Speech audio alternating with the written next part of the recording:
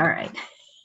So thank you for joining us. And we are at the top of the hour, but as we are here starting out the webinar, I would love for you to type in the chat and let us know where you are joining us from. We have had participants as a part of this summer series of webinars offered by the Stayer Center for Executive Education in the Mendoza College of Business from all around the globe. We love it that you are here and that you are making this commitment to up-leveling in your learning. And I am really excited to introduce you to my two colleagues. Professor Timothy Bohling is going to be teaching today. Tim, thank you for being here and offering your time in the webinar today. Thank you, Vicki. Pleasure to be here. One of my fellow teammates in the Stayer Center is Cleo Thanos, and she is going to be watching the chat and the Q&A as we go along. So Tim's going to pause at a few points during the webinar, during his teaching, for you to ask questions or add your comments, and both Cleo and I will be watching for those either in the chat or in the Q&A, so we welcome your comments. We also will be doing a follow-up Zoom call, which is more of a regular type of a Zoom video chat, tomorrow at 4 p.m. Eastern Time. And Professor Bohling will be leading our conversation, and that's going to be more of an informal, picture it like a roundtable conversation. So if there are some of the questions that get asked today that you'd want to dive deeper in, or if you have some questions that you don't have a chance to ask, or maybe we just don't have time to get to them today, I encourage you to come to the Zoom call tomorrow.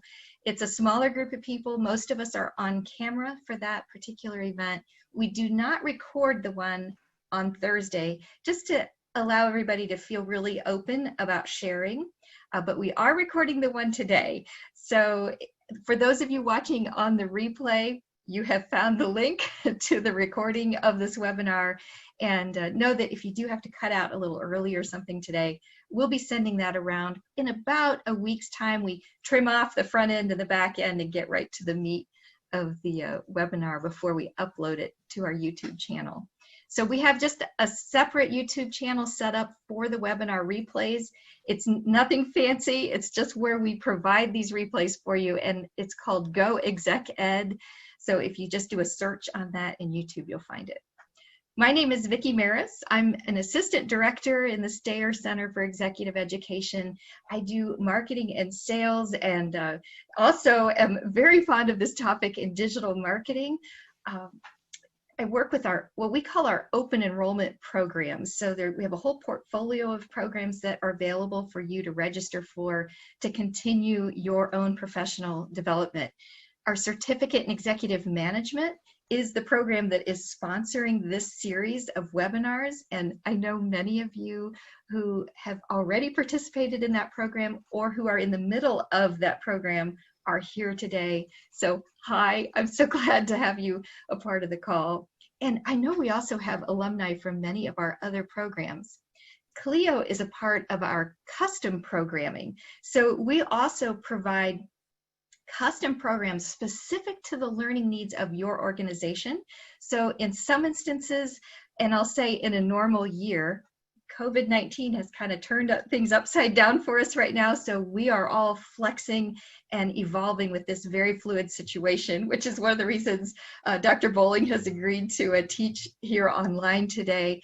But Cleo and the other team members on the staff who are part of the custom programming design programs where you can bring your teams to the campus in I'll call it a regular year.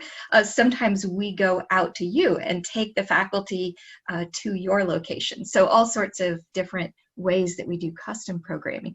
And then of course we have a whole portfolio of amazing degree programs, and Dr. Bohling teaches in both our undergraduate program and works with our Executive MBA and our regular MBA students, and just all kinds of different what I'll just call our regular on-campus courses. So he has an amazing amount of experience in his background. I'm actually not going to go into it in detail so we can get right to his teaching, but his title is, he is our Chief Marketing and Graduate Enrollment Officer in the Mendoza College of Business at the University of Notre Dame, and also a teaching professor of marketing, teaches all things digital marketing, has some very interesting corporate experience, has been at in other university settings. You are going to find just a wealth of information that he has to share today. As I've been doing for each of these webinars, this is the 8th in this series and the last in this current series, I have been looking through the list of all of your names, all of you who have registered for this webinar. We have another full house. I've been speaking each one of your names out loud and just speaking gratitude for your efforts in up-leveling in your learning and your continuation in your lifelong learning. That's what differentiates you as a leader, that you are interested in continuing to learn. This particular topic of digital marketing literally changes every day. So if you are interested in being on your game in digital marketing, you have to be a lifelong learner because it's always different. So with that, I'm going to stop my screen share, Tim. I'll give it over to you so you can share the slides, and off we go. Sounds great. Thank you, Vicki, for such a nice introduction. Very much do appreciate that. And hello, everyone. It is a pleasure to spend time with you here virtually today. My primary teaching and research focus areas, as Vicki mentioned, include digital marketing and strategic marketing. Having spent 2 decades in the business world, being part of some of the best brands in the world and across different industries, different countries, big businesses, medium, small entrepreneurial businesses. Before putting both feet firmly in academia, I look to strike a balance between scholarly rigor and practitioner relevance in the courses I teach, the research I conduct, and the businesses that I consult with. With this in mind, digital marketing courses and our executive education certificate program focuses on applied thought leadership and best practice frameworks and methodologies that contribute directly to firm performance improvements and, importantly, grow the good in business. This webinar touches on a few key aspects that are components of the digital marketing certificate program. As you progress through prepared materials, I'll pause a few times to provide an opportunity to discuss some of the questions that you may have. Please feel free to use the chat feature to share your questions. And it's such a pleasure to see the vast number of people from many parts of the U.S. Represented here as you've shared your locations. These are, of course, uncertain times with significant implications across industries from the global pandemic. These turbulent times, I believe, increase the importance of obtaining a deeper understanding of the significant impact digital marketing, when done right, can have on personal growth, on business growth, and on societal growth. Let's jump right into the materials here today. There are really 3 sections to this webinar. One, discussing the timeless responsibilities of marketeers and how they are being augmented by new imperatives. The second phase of the webinar, we'll talk about what I refer to as an agile, smarter marketing playbook, and really a playbook that can help firms and institutions outmaneuver the uncertainty that is so present today across virtually every industry. And we'll close with a case study, a field experiment, if you will, that illustrates the power of digital marketing when done right in driving growth and goodness for a particular institution. Digital marketing is a key component of high-performance brands. If you think of those brands that are engaging brands, those brands that you frequent often, those brands that you repeat purchase from, those brands that you're loyal to, often they are brands that communicate a compelling and differentiated brand narrative that makes the case for why. There are firms that apply the art and science of demand management to deeply understand stakeholders and to personalize communications. They engage stakeholders in a best-in-class digital experience. This pandemic that we're living through now puts even more importance on that best-in-class digital experience. We'll talk about a few examples that I'm sure each of us on this webinar are living through and experiences. There are firms that deploy an integrated, data-driven operating model that enables firms to sense and respond to in-market performance indicators. A hallmark of great modern marketing institutions are those that do not employ a set and forget strategy. They are those that employ a strategy of sense and respond, of learn and adjust. And digital marketing really plays a key role in enabling institutions to do this successfully. How we live, work, interact, shop, buy continues to fundamentally change. What are some of the key drivers of that? Really is customers' expectations that are requiring enterprises to rethink their customer engagement approach.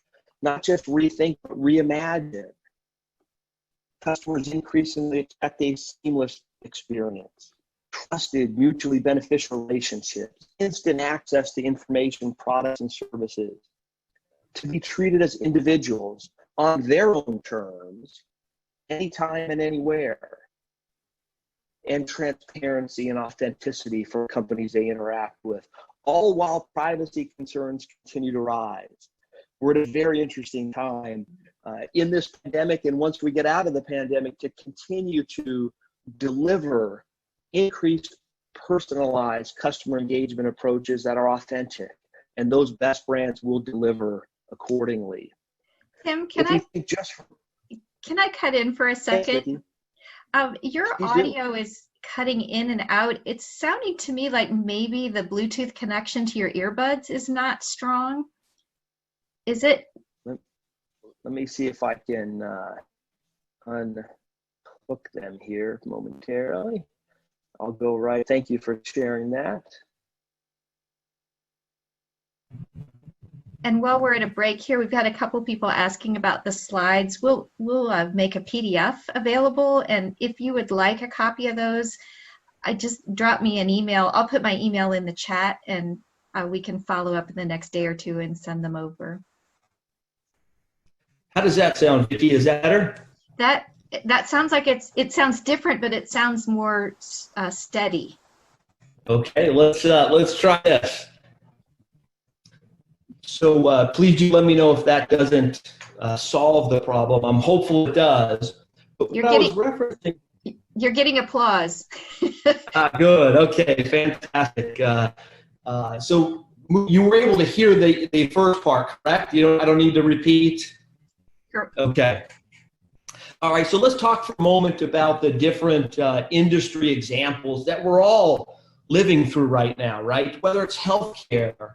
It would be interesting, we can't do it, of course, virtually now on the webinar, but if we were in the classroom, we talk about, virtual visits with your healthcare provider. How many of us have done the virtual thing, perhaps for the first time, with their healthcare provider since this pandemic hit? What about retail? From a retail perspective, using mobile phone apps to purchase goods and services much more frequently.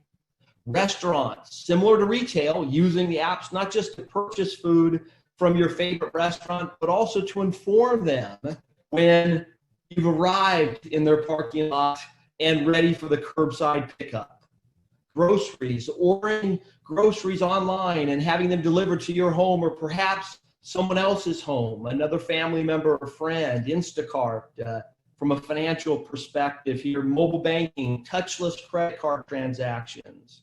Information technology, essentially the backbone of the digital transformation across industries. And the list of industry transformations that are underway is nearly endless. Digital marketing, when done right, plays an essential role in each of these examples, and of course in so many more across industries. A study that was just published literally 2 weeks ago is a CMO study. It's a study that's been conducted since 2011 across industries, looking at a number of key factors from a marketing function standpoint. And as this chart clearly illustrates, digital marketing is elevating in importance. In fact, since the pandemic, marketing budgets as a percentage of firm budget has increased to levels unseen in the CMO survey history. So a great example of firms making a choice to shift dollars to where customer behavior is moving. If we look at the types of customer behaviors that have been observed during the pandemic, it's important to note those from a frequent customer behavior perspective, increased openness to new digital offerings introduced during the pandemic. Nearly 85% of respondents conveyed that behavior. Increased value placed in digital experiences, 84%. Great acknowledgement of companies' attempts to do good, 80%. And a few more examples here: more reviews, blogging, posting about online brands, 60%. More online research before purchasing, again, nearly 60%.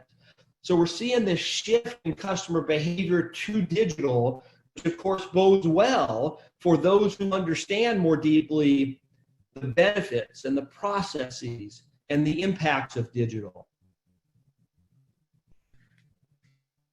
As we look at sales from an internet perspective here, 42% rise in internet sales during the pandemic, just a significant increase there as well. So as we think about marketing's responsibilities and where digital plays, marketeers have always been on point to know the customer and to define what to market and how to market. The world we live in now is putting more pressure on understanding each customer as an individual and in context, as well maximizing value creation at every customer touch point. Let me pause here. Cleo, do you have a question? Yeah, I have a question from one of the participants.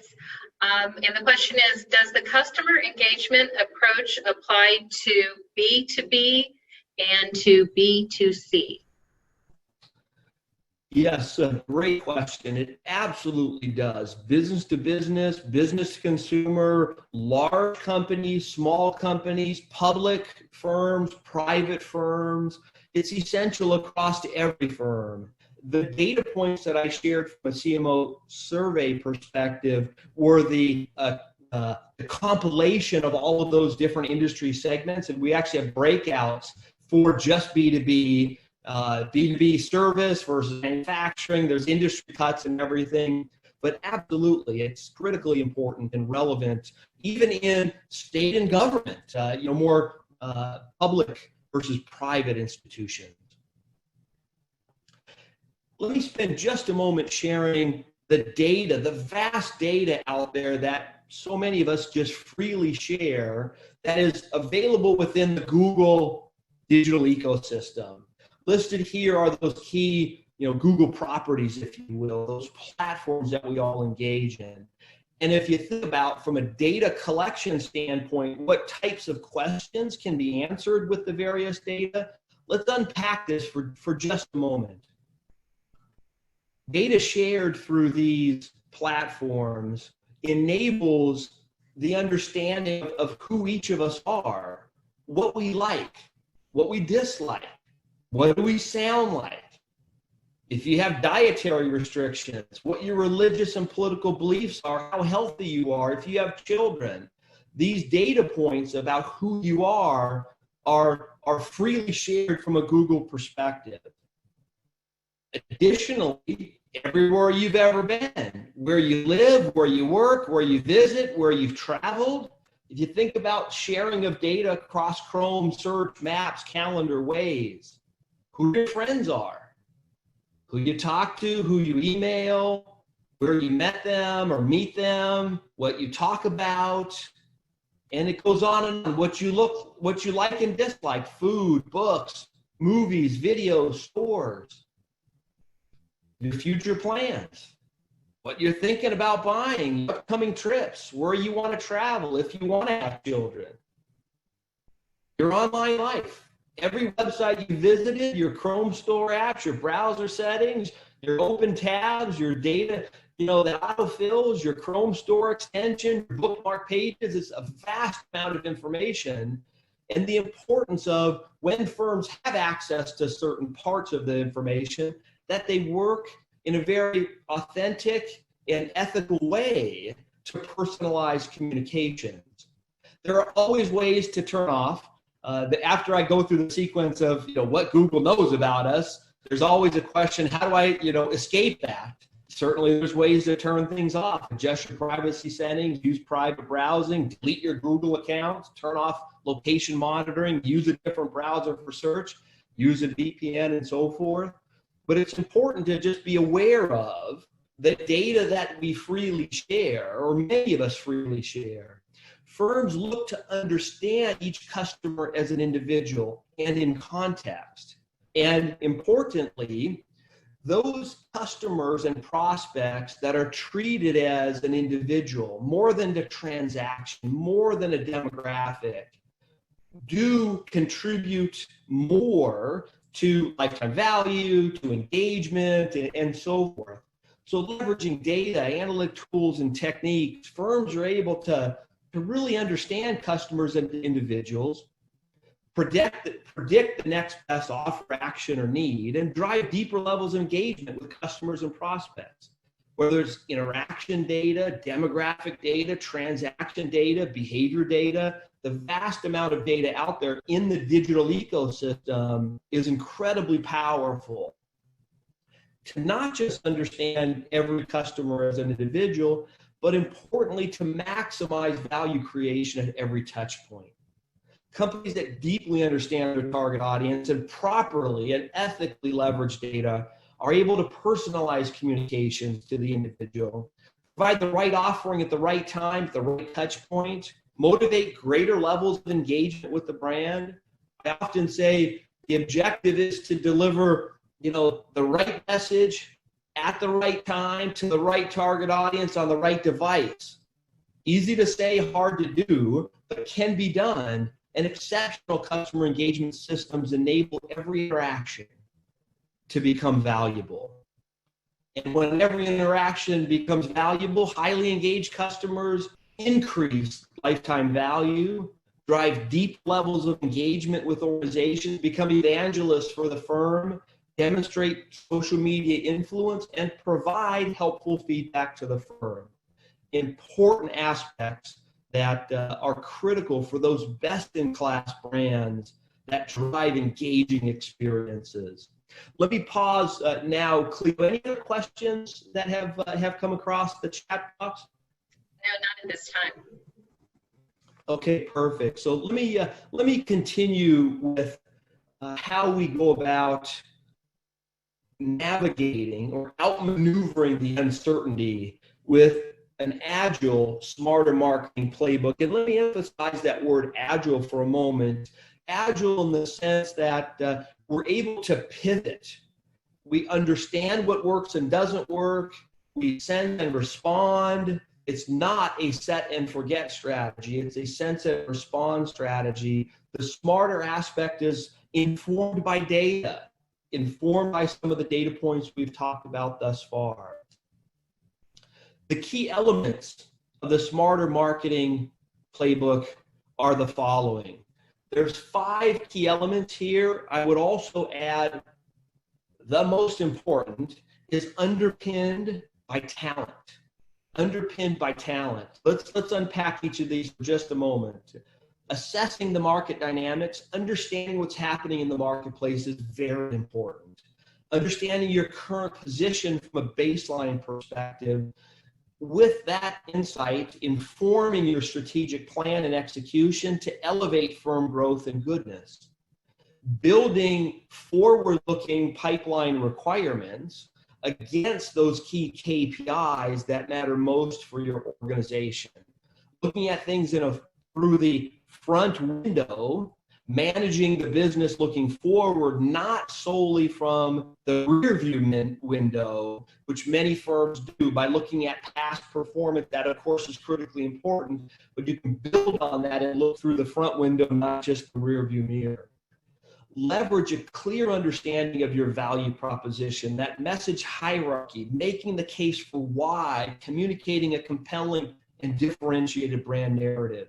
Very, very important. And that target audience, building target audience personas, knowing deeply who your target audience is, so you can guide the activation from a digital standpoint, digital activation across the channels, including paid media, earned media, owned media, and importantly, physical marketing interventions as well. Deploying an integrated marketing communication plan aligned to the buyer's journey. Very important to understand the buyer journey in business-to-business marketing. We often say path to proficiency, helping firms become the best CIOs, the best CMOs, the best CTOs, best CEOs, if you will, and instrumented marketing interventions. The ability to understand what's working and not working.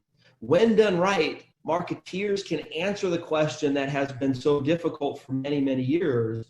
And that question that has been elusive is the following. Often it was said before digital marketing done right, half my marketing budget is completely wasted. I just don't know which half because things weren't instrumented. Today, when done right with dashboards, things can be instrumented. And when instrumented, you know what works and doesn't work through dashboards and that measurement capacity, and then adjusting your deployment plan accordingly. Just to touch on a couple of the examples of each of these before we get into the case study. This here is a trap you don't want to fall into, but yet all too often firms today grapple with this. They come to a meeting here, whether it's a virtual meeting or in person. We're going digital, Facebook, YouTube, a mobile app, Pinterest, now TikTok. But what are we going to do in all those channels? I don't know. We'll just figure it out later. There's a lot of firms that are moving fast into digital but aren't taking the time to build a strategy that is flexible and agile and data-driven that will enable a very positive outcome when done right. So to assessing the market performance, it's important to look at industry growth rates, competitor activity, buyer behavior, current position within the market, industry digital marketing performance metrics. Within your particular industry, what are the averages from an industry perspective in terms of not just budget allocation, but performance metrics with regard to clicks, conversions, engagements, and end-to-end. So many different KPIs to look at. From a demand creation and capture pipeline requirements, putting in place KPIs that define future success. As of August 1st, where should your institution be across certain KPIs? Whether you measure it weekly, monthly, quarterly, very important to measure often. The dashboards that we deploy at Mendoza College of Business, we look at every day. So what we're talking about here, actually we're employing at Mendoza as well. Validated pipeline, qualified pipeline, wins and queries, new customers, repeat customers, cross-sell, upsell, competitive wins. Examples of KPIs. There are so many KPIs here, and if you add social media, there's so many as well. It's important to select a few key metrics and stay with them and measure them over time. This screen scrape here is just one example of looking at things week -8. So 8 weeks before a quarter begins, again, looking at its future, what is required? And then do you have a plan in place to deliver on that? Leverage message hierarchy and target audience personas. Important to know what your value proposition is, not just at the brand level, but at the product level. Hence the word hierarchy. Why do people come to Notre Dame, Mendoza College of Business for an executive ed certificate in something? Right? You have to understand what the distinct value proposition is at those multiple levels. And then from a customer persona, here's just an example of understanding who the audience is, and importantly, so many different components of their persona, whether it's their digital channel usage, because again, you want to show up where they consume information. Very, very important. What are their information needs? What are their pain points? How can you solve them, and so forth. And then looking at it across the journey, the buyer journey, the path to proficiency, the purchase journey, a number of different terms in the industries. Here's two examples of the McKinsey loyalty loop, if you will. And then on the upper right here, the RACE approach, which looks at reaching, acting, converting, engaging. Important to understand the role each of the channels, digital channels, play at those different phases. Digital is fairly vast, and certain digital platforms are incredibly effective to drive awareness and consideration. Those same platforms often are not the ideal platforms to drive conversion, sales, and repeat purchase. So you've got to understand the effectiveness of each of your digital channels that you invest in to help people through that buyer journey, through that path to proficiency. Here's just a couple of screen scrapes in regards to dashboards that we look at, trying to understand in an in-depth, real-time basis how our paid advertising is performing. How is Facebook versus digital versus retargeting versus Twitter or LinkedIn? How are they performing in terms of engaging, driving inquiries, driving downloads? How about the web traffic? From a web traffic perspective, what do we see there from a web traffic standpoint? Are we driving people to the website? Often firms will say, build me the best website and they'll come. The field of dream strategy. The field of dream strategy does not work in digital marketing. You have to drive people to your website. Yes, you want an engaging website, but you use digital tools and techniques to drive people to your website, and then you convert them. And these dials in the bottom right are the dials you can turn on a day-to-day basis. Invest more or less on a platform perspective. Invest more or less in certain parts of the country, international, domestic. What messages are working or not working? Call to actions, copy, budget, and so forth. So those are the key pillars underpinning the Smarter Marketing Playbook that is designed to be very agile, designed to enable firms to outmaneuver the uncertainty that we find today, and of course, post the pandemic also. Let me pause for a moment. Any questions come through at this point? No, not at this point. Okay, great. Let me now close with the final section here, which looks at digital marketing in practice. Always important to not just talk about theories, but let's talk about digital marketing practice. This is a real case study that's near and dear to myself. Let's go through it. While this is an example in the higher education industry, the approach, the framework is absolutely applicable across industries. The playbook and the different steps that we just talked about in the Smarter Marketing Playbook have been deployed in the IT industry, have been deployed in the retail industry, the financial industry, the legal industry, across many, many industries, in addition to just the telecom industry, not just the one industry we're going to talk about here. So knowing that it's industry agnostic, this is just an example here for the higher education industry. I thought what better example that would resonate perhaps with everybody on the call here, and education oriented, as we all are lifetime learners. This is an example of leveraging this Smarter Marketing Playbook, leveraging digital marketing to enhance higher ed performance at Georgia State University in Atlanta. Just a little bit of background here for a moment. Georgia State's founded in 1913, a leading commitment in regards to diversity. One of the pride points, frankly, is the diverse student body and alumni for Georgia State, guiding students to success, connecting to Atlanta and cities around the world. embracing discovery and creativity, this notion of innovation.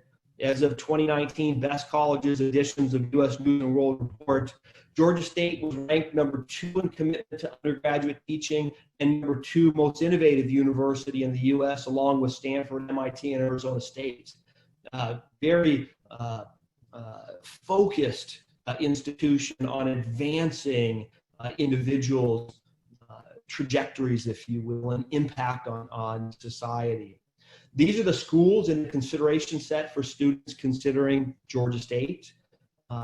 The Georgia Tech Scheller College of Business, literally right around the corner, downtown Atlanta, Emory a bit further out, Kennesaw State, University of Georgia, University of Florida, Clemson, Auburn, University of South Carolina. So when you think of the competitive set, the alternatives, those that apply to Georgia State often also apply to some of these schools, many of these schools.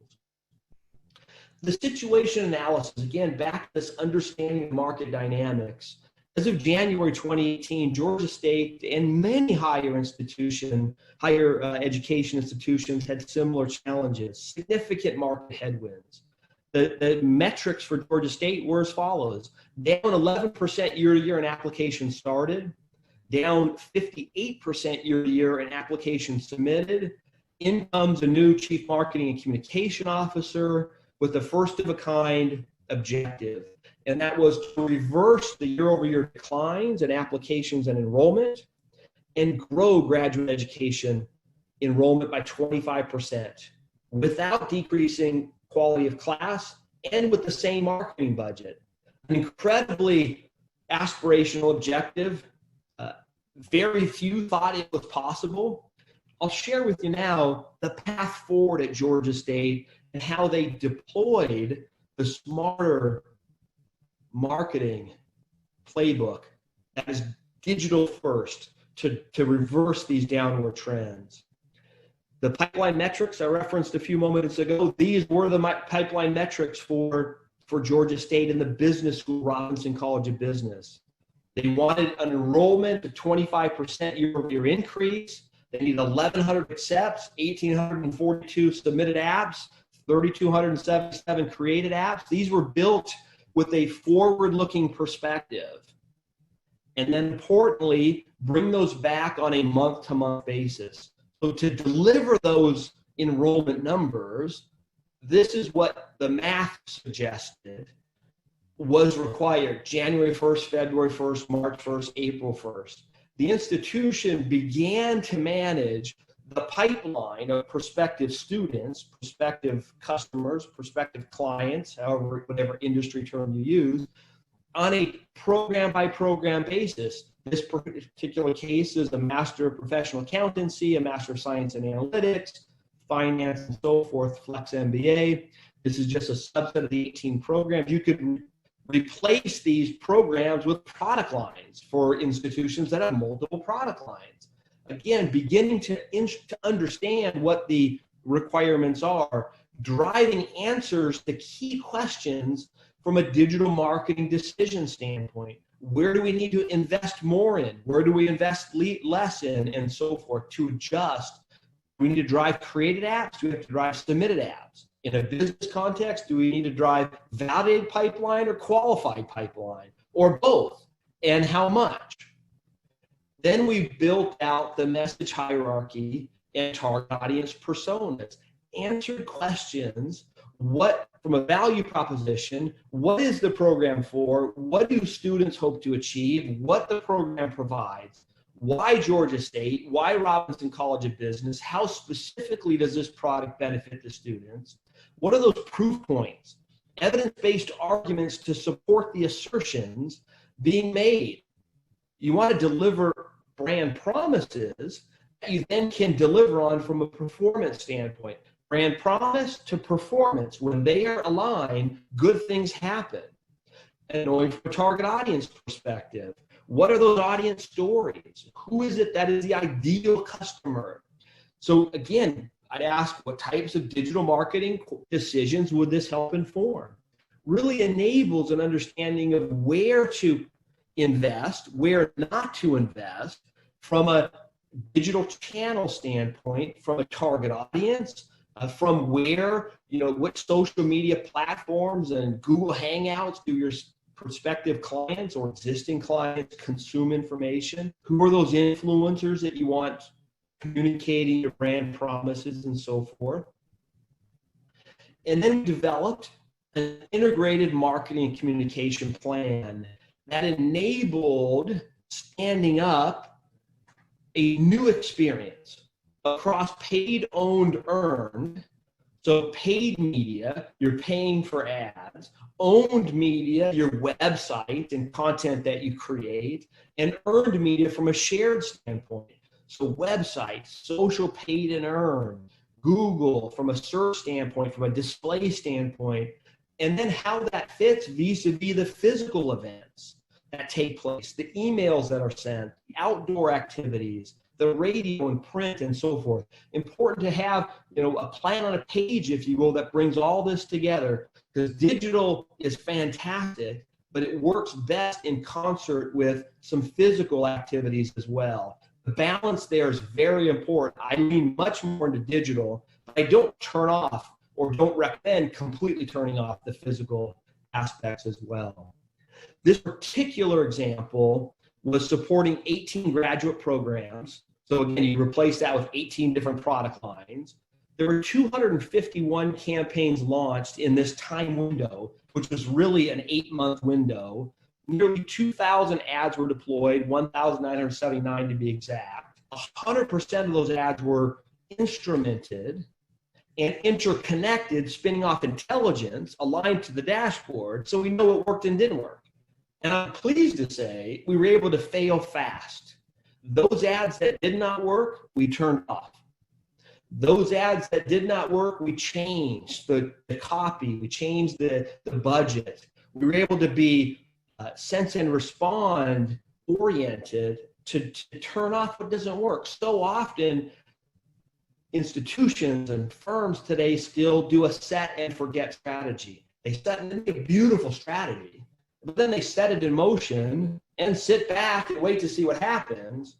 When digital done right is a very active, engaging, understanding what's working, in this case across 7 digital channels. If we look at how we align our execution elements, we were very cognizant of what digital channels drove awareness, what digital platforms drove consideration, how to drive inquiries, and then, of course, application and enrollment. This drives some very interesting shifts from a digital marketing strategy, because often firms will say, I'm going digital, and they do Google search and Google display ads across the network programmatic buys and just let it go. That could help, but I would assert a more thoughtful, pragmatic, disciplined alignment to what channels drive what phase of the customer journey will deliver a more incremental performance lift. And these are the dials we talked about briefly a moment ago. There are many ways in which you can dial in and dial back, in and out, left and right. And it's important that you understand, have the dashboard with the intelligence to tell you what's working and not working, what messages are resonating, what messages are not, what target audiences are resonating and not. And then those you double down, you increase your investment, you create a wave, a trending, type activity, and then you ride that wave. That's, really effective digital marketing. But again, everything should be instrumented, interconnected, and intelligent.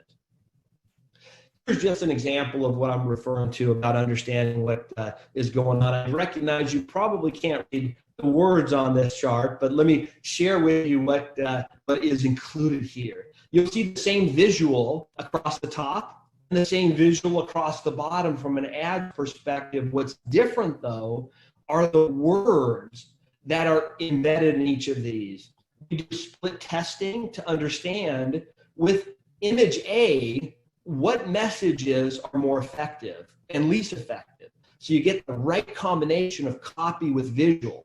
You get the right combination of copy and visual on the right platform. You get a really positive learning experience that can drive those trends, that can drive increased engagement with your brand. And here's where you instrument everything so you know what works and doesn't work, so you turn off what's not working or you change. You don't just set it in motion and sit back, but you're very thoughtful in working through it. Tim? This is another illustration. Yes, Tim, please. there's a question. What constitutes working?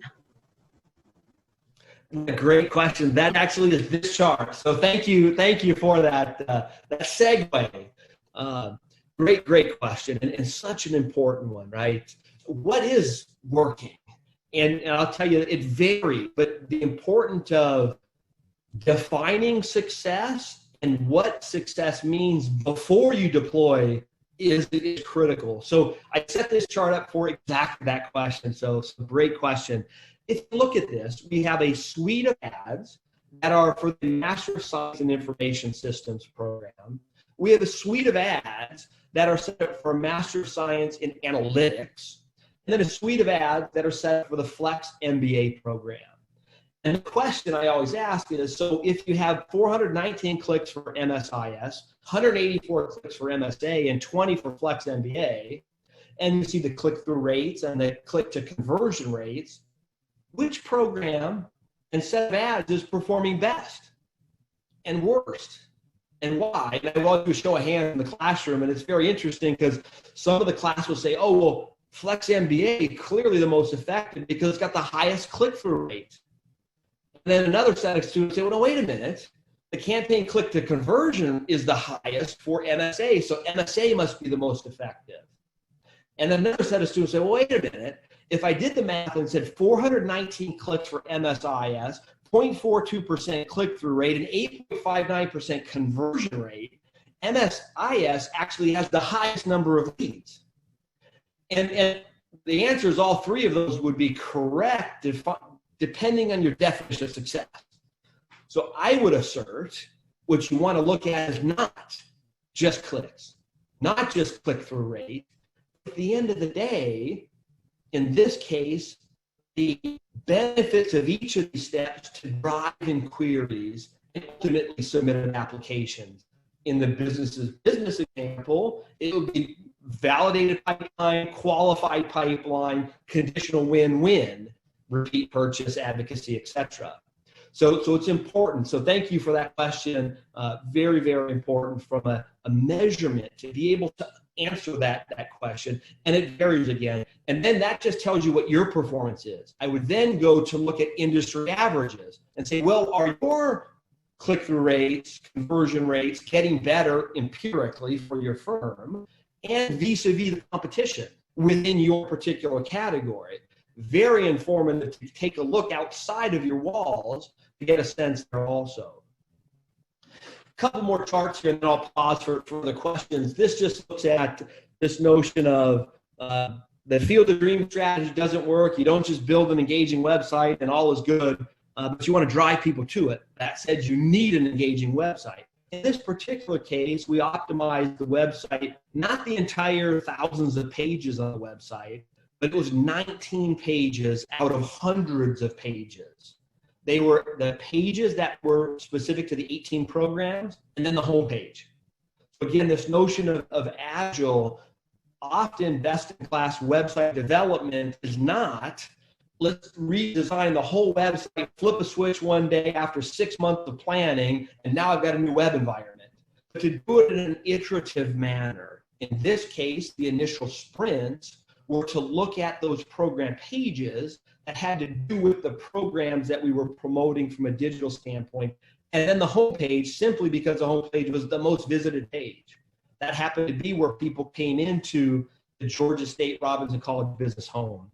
And adding a new design for those, and then subsequently the others, adding call to action like request for more information, pixel tagging to enable retargeting, job placement data, and so forth.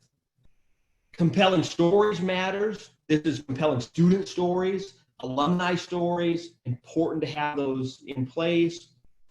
The orientation of personalized emails along the journey, whether they've just started the application process or they've already applied, you want to keep them engaged, or in a business setting, you're driving awareness and interest, and then down to consideration, perhaps trial, and then purchase. You want to optimize your emails, not just do drip campaigns like every single person gets the same email every 2 weeks, but the disposition of one touch changes the next message they get. A very campaign logic map orientation, if you're familiar with that if-then logic to deploy from a marketing automation system.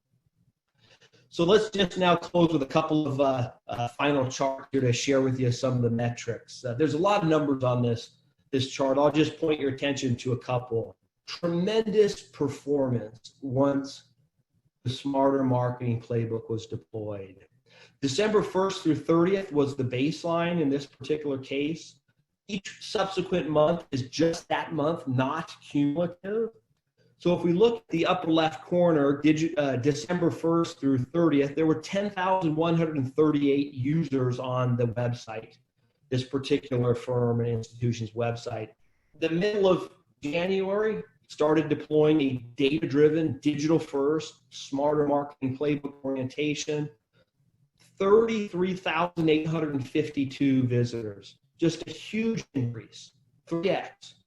At a program level, the Master of Science in Information Systems, MSIS, was 411 visitors. The Flex MBA was 468. That was the baseline. We, of course, looked at months prior, but for this chart, this is the baseline in the middle of a recruiting cycle. Look at the increases here from a user standpoint, from 10,000 to 34,000 to 37,000 to 53,000. Happening at April 1st, deadline. So we then dialed down the investment, and subsequently it leveled off. So you increase to certain moments in time and then decrease. That notion of responsiveness. Same thing from an MSA and Flex MBA and so forth. Really helpful to understand the engagement with driving people to your experience. And then these are the overall metrics from a scorecard standpoint. 500% increase in website visits, 18% increase in website engagement rate. This is the inverse of bounce rate. People come into your website and then bounce out. That's a bad thing often. Engagement is the opposite. They come into your website, they stay, they read more, they click deeper in.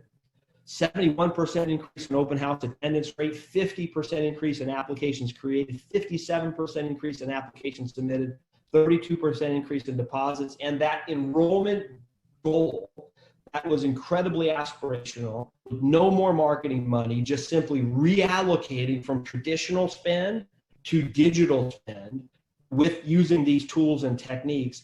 25% increase in enrollment after years of declining. An incredible success story. The team did a tremendous job delivering on this performance. So the last chart here, the summary. The digital journey starts well before someone shows up on your web page. It takes multiple interactions off domain to get a prospect receptive to your message. There are 6 key areas. Understand target audience, what's your value proposition from a messaging standpoint, developing compelling content, engaging website experience, instrumented marketing intervention, and then a digital ecosystem performance dashboard to enable learnings and adjustments, sense and respond. Digital works best when it's integrated with other channels. Recruitment team members, in this case, on the phone, face-to-face interactions, still very, very important. And then focus relentlessly on those key leverage points. Continuously sense and respond to add performance, to drive always-on optimization. In the digital world, ad fatigue sets in so fast. Content fatigue sets in so fast. You need to have fresh, compelling, snackable size content that's engaging on an always-on basis. So with that, the webcast with regard to digital marketing, grow the good in business, those are the prepared remarks. I'd be happy to take any questions you may have at this point. And of course, Vicky also referenced a virtual roundtable, if you will, fireside chat tomorrow also. So any questions, any additional questions at this point? Here's one in the chat box. one of the participants states that he took a class at Georgia State, Robinson School of Business, before a master's degree at Notre Dame. And in his opinion, the positive public perception of GSU continues to increase. So the question is, beyond Facebook and Instagram, what else proved to be successful? Was LinkedIn valuable? Did getting past alumni involved through testimonials help drive applications? Yeah, great question. It's nice to have Robinson alum here on the phone. I actually received my doctorate from Georgia State, so I know the story so well. And you rightfully point out the perception of the school has continued to rise quite substantially. In addition to what was referenced there, I'd say the football program certainly helped also, right? Georgia State is by no means a Notre Dame in the football category, but for Georgia State, entered into the football arena, and that certainly helped as well. No doubt about it. So there are multiple factors I would suggest contributed to some of the performance improvements. It was surprising to me to see actually the declines in the Robinson College of Business at the time where other parts of Georgia State were actually elevating. So with the deployment example here was actually turning around the Robinson College of Business and now also helping other schools in the ecosystem from a Georgia State College perspective. Another question is, what helps to create commitment versus one-time customers? I think it's important to look at customers as more than a transaction, and the ability to understand those that make a single purchase and don't come back. Why is that? Why do people come back in a multiple transaction perspective?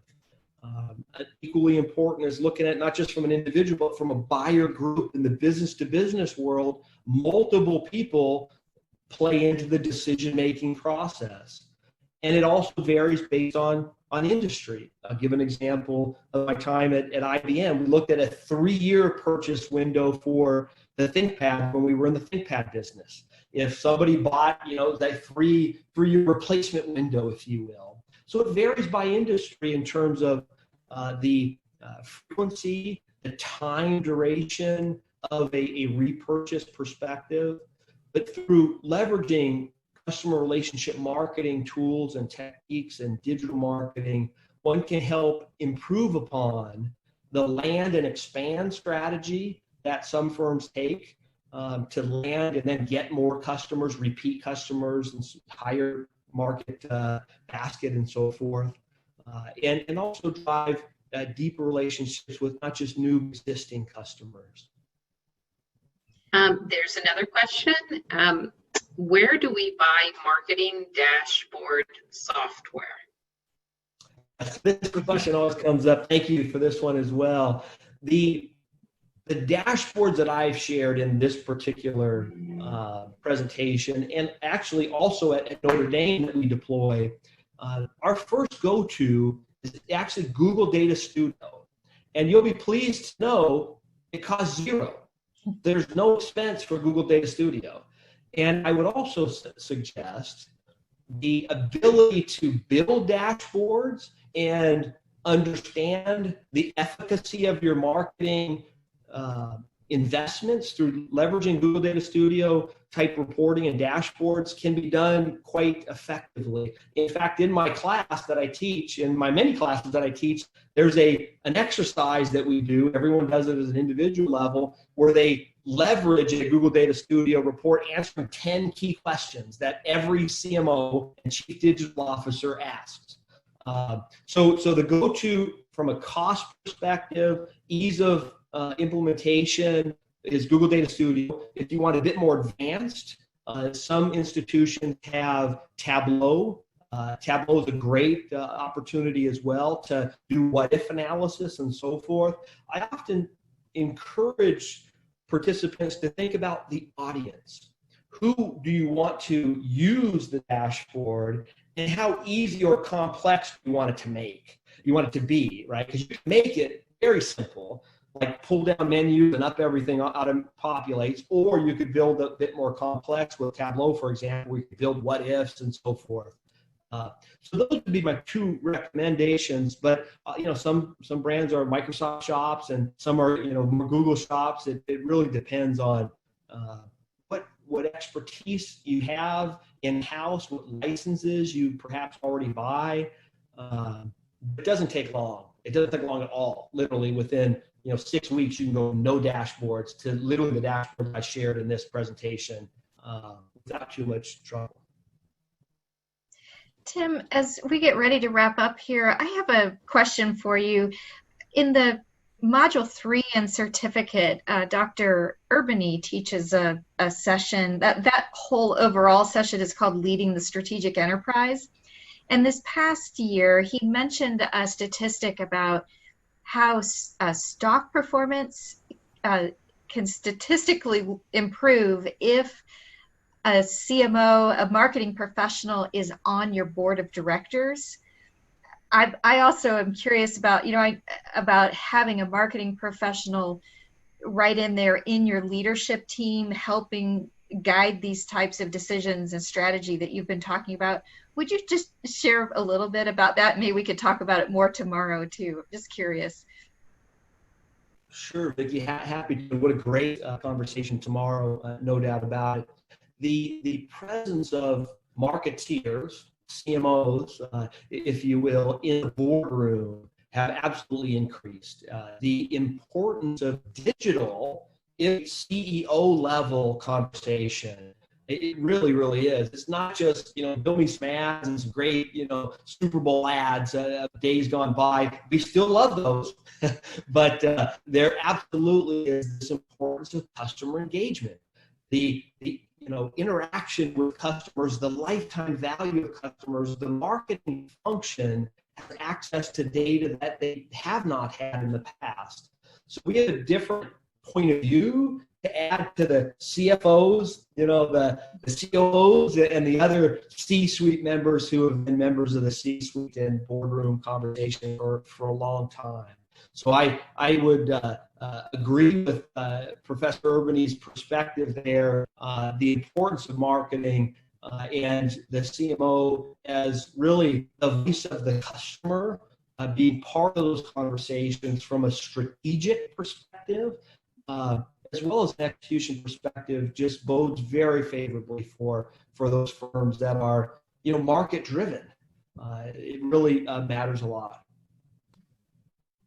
Well, thank you for that. Thank you for this past hour. This has been terrific. I appreciate you incorporating all of that new data into the presentation today.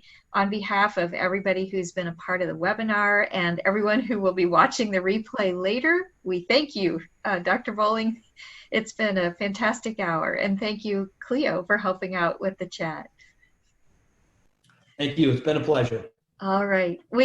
Any of you who would like to join us tomorrow, Thursday at 4 p.m., my email address is in the chat there, and I'll share it with you here, vmaris@nd.edu. Send me an email. I'll be happy to send you the meeting access link so that you could join us at 4 o'clock tomorrow Eastern Time.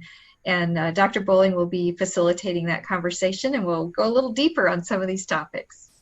Take care, everybody. Thank you.